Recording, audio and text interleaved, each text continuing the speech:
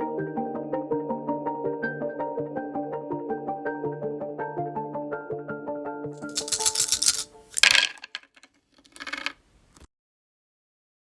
to the Hobby Hangout with Azu and Dave. So, what should we talk about today? The realities of business? Of owning your business? I think in particular a hobby store, because I think... I don't know if it's that different. You think it'll be that? No, I'm just thinking, you're selling stuff that is fun.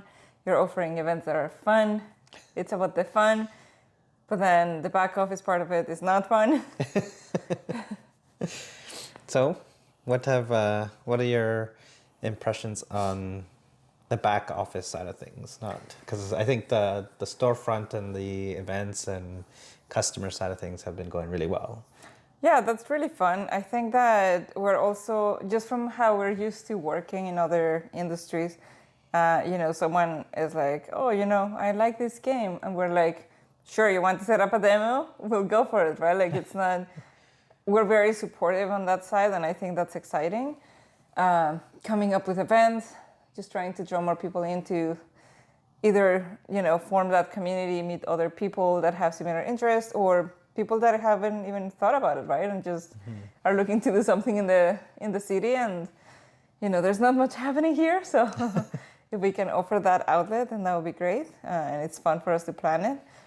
But I think that the biggest time-consuming task is figuring out the vendor aspect of it, because every vendor has its own policies, and then they ship things. So like you create an order, but then the invoice doesn't match the order because not everything gets shipped. They have different... They combine orders on one invoice. Yeah, they have shipment thresholds, and yeah, I think all of that. And then we place a lot of orders, like every week we're getting orders, right? So just trying to catch up with all of that it's a little bit too much. And I think when it impacts special orders from customers, that's when it gets stressful, because like we want them to go to us, right? We want to be able to be the ones providing what they're looking for. And I think it's great that they're coming to us rather than buying it off of, anywhere online. Not that they can find everything, but a lot of things are available. And so if they're coming to us and it's like, great, yeah, we'll get it for you. And then it's like, oh no, we missed the cutoff and the suppliers don't talk to you and things like that. And Although that hasn't really happened. Yes, it did. Like once. Once is enough. I think, yeah, we just have very high standards for ourselves, right? I guess so, but I think we're also setting the expectation for the customer, right? And just based on what I had seen, I was like, yeah, we should be getting it next week. And then next week comes and it's like, oh, what happened to that one item, right? Yeah. And then just like some of the suppliers, you will have your account manager that you can talk to very easily. Some other ones are just like, trying to get through support, and they're not going to answer to you right away. Yeah. Well, I think that's the two side of it, right? Obviously, we work with distributors as part of the organization, but at least for my part, reaching out to some manufacturers directly has been a very positive experience. They've been very, what's the right word here? Not adamant, I guess, but they're Amenable? Yeah, but they're invested in making sure that you can perform your best, because that translates into sales for them. Yeah. How can they best help you grow your community? Because everyone's got their own product, and if you're speaking directly to those creators, they live and love their product, right? So they want to get you engaged. They want to get you excited about their products. Because you're the face of the product, exactly. right? Like even though you're not creating it, you're still the one that is gonna create that first impression to the direct customer for them. Yeah. So, yeah, I mean, that has been quite positive for me. But I think from the back office side of things, just like maintaining our inventory, we obviously went around establishing our inventory a little wrong, but I mean, we didn't have experience building that out, right? So we didn't really know what to do. I mean, to that part is that we had to take a few sessions of training. But I felt that training was very much, this is our agenda. You have to go through these things, through this checklist, where a lot of those things we learn by ourselves the right way. But there were questions that we had, okay, how do we apply this in particular to us? And they were like, if we have time, we'll get to that. And we just never had time to actually dive deep into how to do it right for us. Yeah, but I'm not even talking about the training. I'm just talking about how we decided to build out our inventory, how we decided to categorize it. We just didn't have experience in that, right? And now having to look back and I don't think it's see how we need experience. to I think structure it's. it. I don't think it was experience. I think it was we were trying to get it done fast, and we thought that we were going to be able to adjust it easily. Yeah, but that to me is from experience, right? We had no experience working with an inventory system to understand whether it's easy to Well, you didn't. bulk update. Like whether it's easy to bulk update things, alter pricing, the supplier cost versus the retail cost. How do you keep track of things, right? So we didn't have that experience to track it properly. Stop saying we. Well, we didn't. You didn't. I had some experience. Yeah, but you didn't have this experience. Not with this particular software. It's been a lot learning experience for us, and it's been a lot of late nights, but we're getting there. So yeah, what else did you want to share about that? Well, I mean, on the good side of things, I'm very excited to work with, like, you have been able to get us some demo copies of games that I think that's the best part, right? Like being able to let people to experience it, because at the end of the day, these games are expensive. And so, like, you could learn how to play it and you could give it your best shot for them and be like, oh yeah, you know, this is why I like it. But what we like, it doesn't translate to something that everyone is going to like, right? Yeah. So I think if someone, if the game catches their eye, but they have the experience of playing it, then they can better decide, is this a good investment for me or not? So that's going to be exciting, just bringing more events. Yeah, and we've gotten to try a bit of Halo. I played the starter session with our kids, and they both seem to enjoy it. So we've set up Capture the Flag version here to give it a little bit more of a test run. But I could definitely see this running as a quick in-store event. Be interesting even to run like a little Capture the Flag tournament or something like that. Is this just a two-player game? I mean, technically yes, but I could see how you could just leverage alternating activations with multiple people controlling more than one character, right?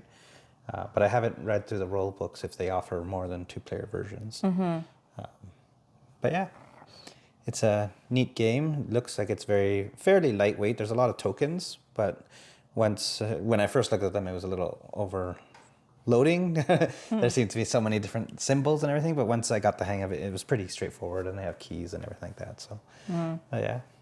But no, to your point, I think the demo part I'm enjoying, and like you said, we've got some of our vendors that are very hands-on and trying to teach us these demos and trying to help us establish those what's the word, like champions to champion their systems. And I think that's also something that we've kind of brought into the store is, yeah, there's the heavy hitters and the big game systems that sort of like everybody plays. But we're also looking at other systems, other RPGs, other board games from smaller companies where, yeah, you may not necessarily have a room of like 20, 30 people playing with it, but you can definitely have a small group of people enjoying the game. And, passionate people that want to come in and teach the demos and get people on board on these new systems, right? And I think the other thing, as you mentioned, the RPGs too, is that we're not necessarily bringing in the product that everyone is talking about. We're also bringing in product that is more niche, if you want to call it. Because everyone has different legs, right? And when it comes to the hobby, I think like they will come expecting to have something specialized, I guess, in a way, like specialty. So we're trying to diversify the inventory that we bring in. And it's been a positive experience for me when people come and they're like, oh, wow, you carry this. And, so that's good, right? Like it's a different impression that we're making for them. Yeah, because it's different from like seeing things online and ordering it, right? Yeah. Like you can come to the store. We have such a wide variety that they can see it, they can touch it, they can explore it, and then make the decision. So it's a very different engagement, right? And then also online, there's a lot of times when like you're looking for it already, right? Yeah. And it might be recommended like through ads or because it's somehow related to what you're looking for. But when you're just like, hey, I'm just gonna look what they have, and then something catches your eye, and it's like, oh, what is this, right? And you start going through it, and like you can even find more information like from the boxes and stuff, because sometimes, depending on where you're buying it online, sometimes they don't have enough information to figure out what it is.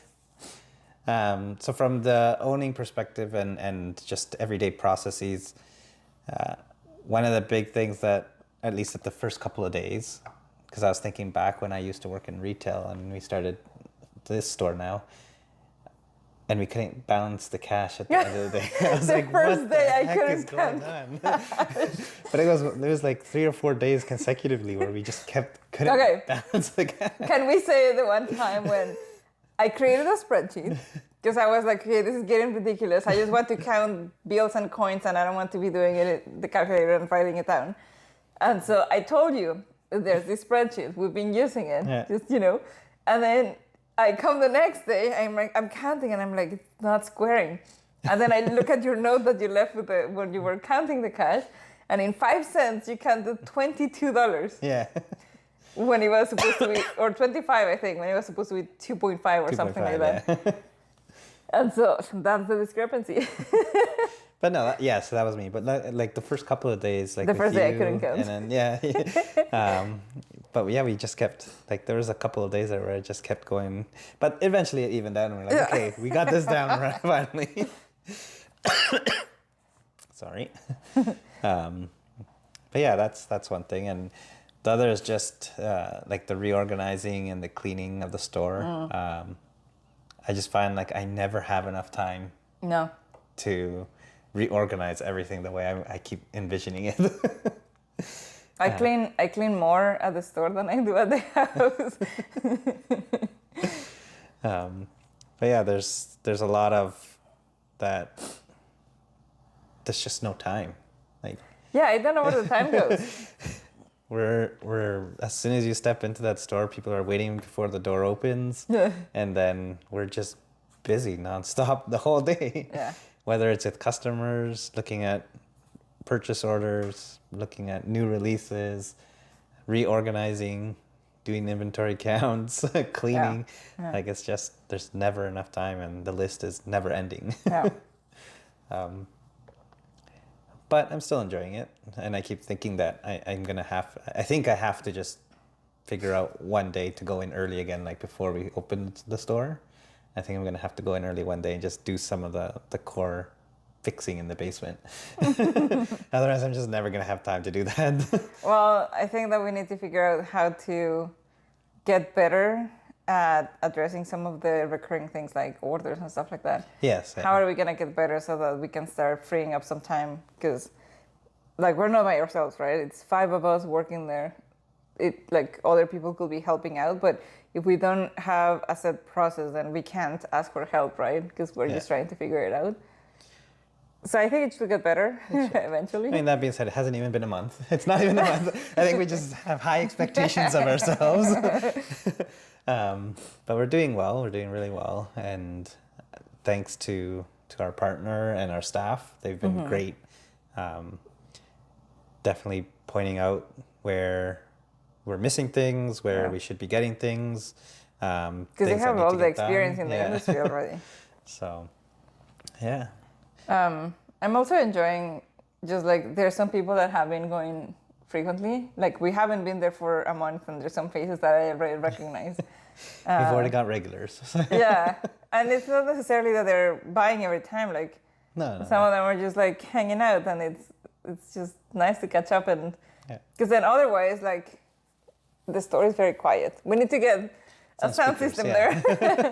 So it's kind of nice when people just come in and they're just browsing, but you get to talk to them, and then I even have I'm really bad with names, but I have memorized quite a few. I'm proud of that. That's good.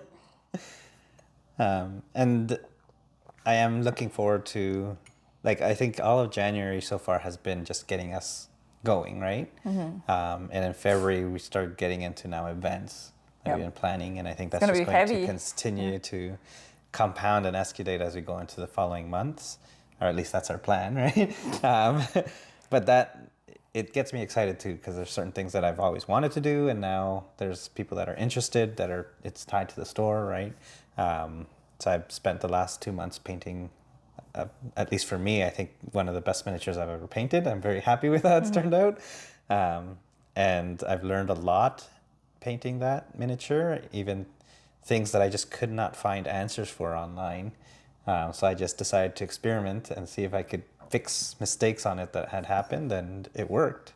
Like that's one thing was, I had just doing so many thin layers, I ended up getting kind of like texture from the paint, and I just could not find anybody talking about how do you deal with texture. There was just talks about, you know, painting thin so you don't get texture, but okay, I got texture, now what do I do? Redo it. Strip all the paint. So what I ended up doing was I just grabbed one of the extra fine AK sanding pads that we sell. So I cut a very thin little strip and I just very lightly rubbed it, and it worked. I was scared I was gonna ruin it, but I was like, okay, just go slowly, and it worked perfectly fine. What grade did you use for that? I can't remember what it is, but it was the extra, like the really extra fine one. But then just thinking back on it, like that's literally what you do when you're painting walls, right? You just sand it and then you paint it. So I don't know why I was so worried about it, but it worked perfectly, and I could just keep going. But that kind of digressed from our main topic. One question I did have is, now that you've been in the store and we're ordering products and things like that, how do you feel, or do you feel any desire to buy things for yourself? Is that desire It's growing? not, Are you keeping it under control? it's actually not the ordering of the product, is the excitement of other people buying things. Yeah. And when they're looking at it with like, I really want that, that is like, oh, what is that? And then I take a look and then I'm like, oh. So like, for example, we brought some of the Bloomborough decks. I think it was Commander decks, or yeah, I think it was Commander decks. And some people have been asking about them, and even one of our regulars that goes and visits us all the time, they were saying that I would like it and that they're so cute and stuff like that. Yeah. So when I come to the store when they were unpacked and then I see them, I'm like, oh, yeah, it looks good. Like, I don't play Magic, but maybe this is what gets me in. And there was the one character that I really liked, but then someone came and bought it, and I was like, no. And then I told him, right, like, you made the decision for me. I was tempted to buy this, so. From Magic, or? Yeah. I was like, I was tempted to buy this, but, you know, you bought it, so. That decided it for me. I'm not getting into it. Yeah. But yeah, I think it's just like what people really like, and like that excitement that they get is what really makes me look at things and being like, oh, that's interesting, yeah. From the product perspective, I think that when we're ordering, you know, at the moment I'm like, oh, this looks cool. Yeah, we're adding it to cart or whatever. By the time that we get it, we're focused on what is the next order, that I just completely forget about it. The other thing that has struck me from the I guess organization or store owning side of things is just the sheer amount of products there are. Yeah. Like, I've always been aware that, yeah, there's miniature games, and I know there's more than just Warhammer, but I've never really been into more than Warhammer and a little bit here and there of other systems. But now, and I'm taking this from the miniature perspective side, right? Just, there's so many games out there, and there's new ones. Like when I was telling you, I was scrolling, I was like, oh, there's a brand new Batman game. I was like, this actually looks really cool. And I remember there was a metal one. Now they're making plastic figures. I was like, oh, wow. And that desire was like, oh, should we bring this in? But yeah, there's so many things out there, and Yeah. it's interesting, right? I think that's the one part that I'm still scared about, I guess, is that we're trying to bring in a lot of things. Our shelves are starting to get full. So we're not displaying our products in the best way. But then at the same time, it's not like we're going to sell them right away, right? Yeah. And so what is it that you should be bringing in? And we're trying to keep it minimal. While keeping it minimal, you also run the risk of everyone buys it because everyone thinks it's cool. Yeah. And then you can't get them again, like not even on special order. So that part I'm still unsure of how to address it. So I think, January, I think it was, we spent quite a lot bringing in new lines of products and stuff like that. But it's like, okay, how do you market it now so that it doesn't sit on your shelves? Yeah. Which, I mean, we went into that with a plan to do that, right? We knew we wanted to bring in more products. We knew we wanted to do that level of investment. And we had a goal and yeah. we stayed within that limit. Yeah. Now I forgot what I was going to say. How we were going to address bringing in all that new product? No, that wasn't what I was going to talk about. Then it was pointless, whatever you were going with. But no, I think we are looking at different variety, and I think people do like variety. And I think to your point, like what we're trying to do is make sure we're not having, 10, 15 of the same thing. But yes, we do run the risk of not being able to stock it again, but... Except for Philip 7, because the last time we were there, what, like going. 10, and then it's off the shelf again. Yeah. The other thing, I know what I wanted to talk about. Yeah, the other thing that we're learning about is like collectible card games, and how difficult it can be to actually get them in stock, and how they allocate them, how they look at past sales. But if you can't get it, then how do you get past sales? So it's an odd system, and it makes it very difficult to get the product that your customers would like. And I know just listening like online, I guess there's a lot of like scalpers that will purchase everything in stock and then sell it at higher prices because you can't get it anywhere, right? And that's obviously something that we don't want to happen to our community here. And I think the first hurdle that we're trying to overcome is just how do we get the product in stock? Yeah. So we're working towards it. Another thing that we're learning about. Yeah. I mean, the other thing too is that we want to make sure that our markups are decent, right? Like we don't want to be ripping people off just because it's in high demand or anything like that. Yeah. But at the same time, sometimes the cost is being passed on to us from the distributor, which is pretty high. And it's like, well, there's nothing we can do here. Especially when there's a couple of companies that, they have full warehouses and they may have tons of stock of it. Yeah. And us as a smaller store, we just can't compete at that price range. So do we take the risk of even bringing it in at all? So, well, yeah, things that we contemplate and think about. Yeah. Now, what about the bookkeeping side of things? All of those orders with no, I guess, every vendor has a different system, and just like I can't just be like, okay, at the end of the week I'm just gonna do my bookkeeping, because by then it's too late. I already received too many things. But at the same time, I think that because of the complexity of like all of the emails for orders and then all of the emails for invoices, it will be worse to hire someone to do the bookkeeping, because then I will have to be after them reviewing everything, which at that point I'm just gonna do it myself, because I have that, like it's something that I have experience in, right? Like it's not something that, if it was someone that didn't have that experience, I would say yes, hire someone. But if I hire someone, they will have to do it better than me. And I mean, in my previous jobs, I have been really good at my job, and so I know that it's not going to be easy to find someone that is going to be up to my standards. So I'll just do it myself. But it's hard that I'm only sleeping like 6 hours every day. I got my 5. You can't survive on 5. I survive on 5. Who called you a plant? My team at school, at work. That's cool. I don't. Like an 8 hour is the best balance for me. No. 5 hours. Even just getting 7, I'll be happy with 7.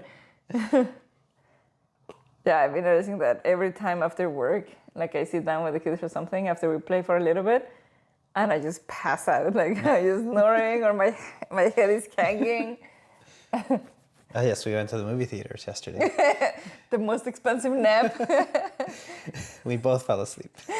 Okay, I fell asleep like 10 minutes at the end only, maybe 5. I don't know. It sounded like you slept through a lot more than just 5.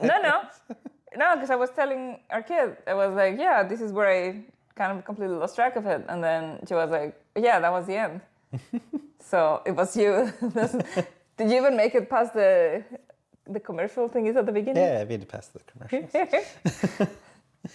Yeah. So now we have some learnings ahead of us in terms of games. I guess right now it's... So you went to a Magic event outside of the store to learn more Magic, more about Magic.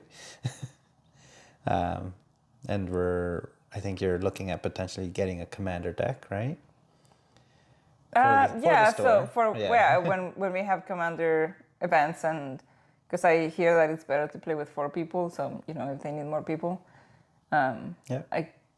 ideally I should be able to step in and play.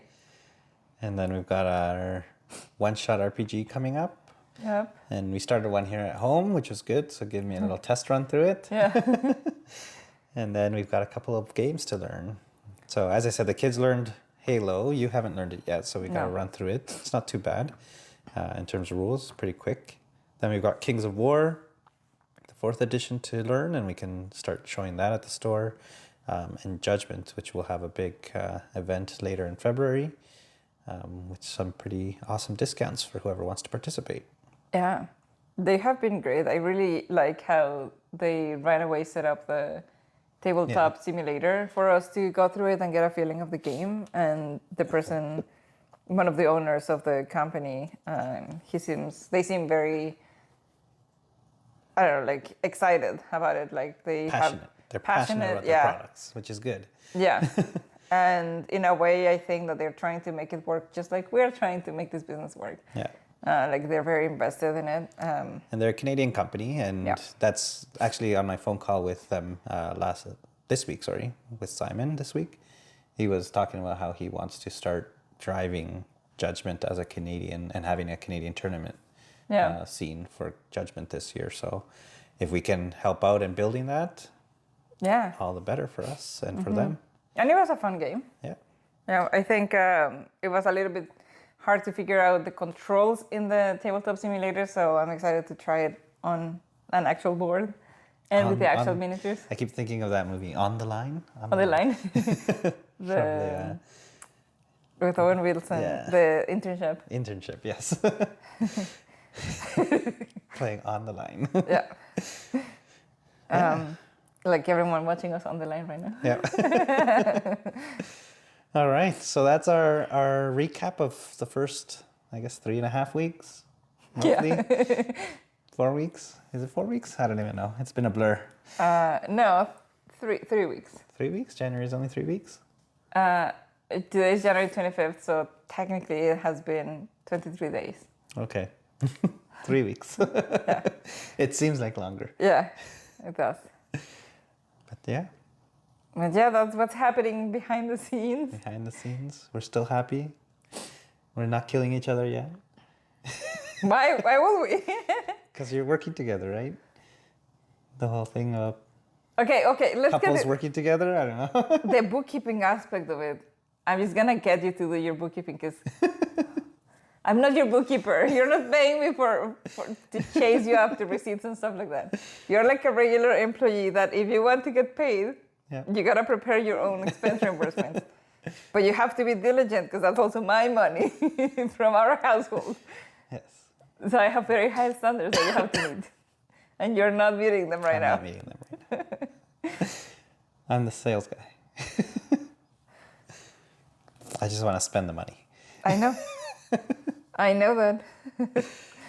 Yeah. I don't know if we have anything else to cover. No. One of the things that I have been thinking about is how to organize the board games, because that's like when people come in, I think that they're like very impressed that we have a huge selection, but at the same time, it's like, where do they even start? And so one of the things that I was saying is that what the library started doing is that they have everything in alphabetical order. They still have their like big sections like fiction and history or whatever. Like I never go to anywhere else other than fiction, so I don't know what they have. But then they started using these stickers to indicate general themes like sci-fi and murder and things like that. And so what I've been wondering is, could something like that be helpful in the store to have like a general way to put everything on the shelves, which right now is not perfectly alphabetical, but somewhat, like that.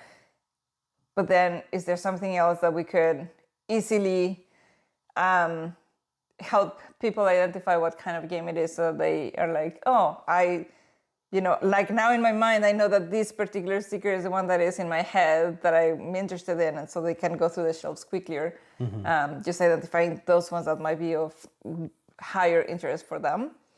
But there's so many ways to classify it. Yeah.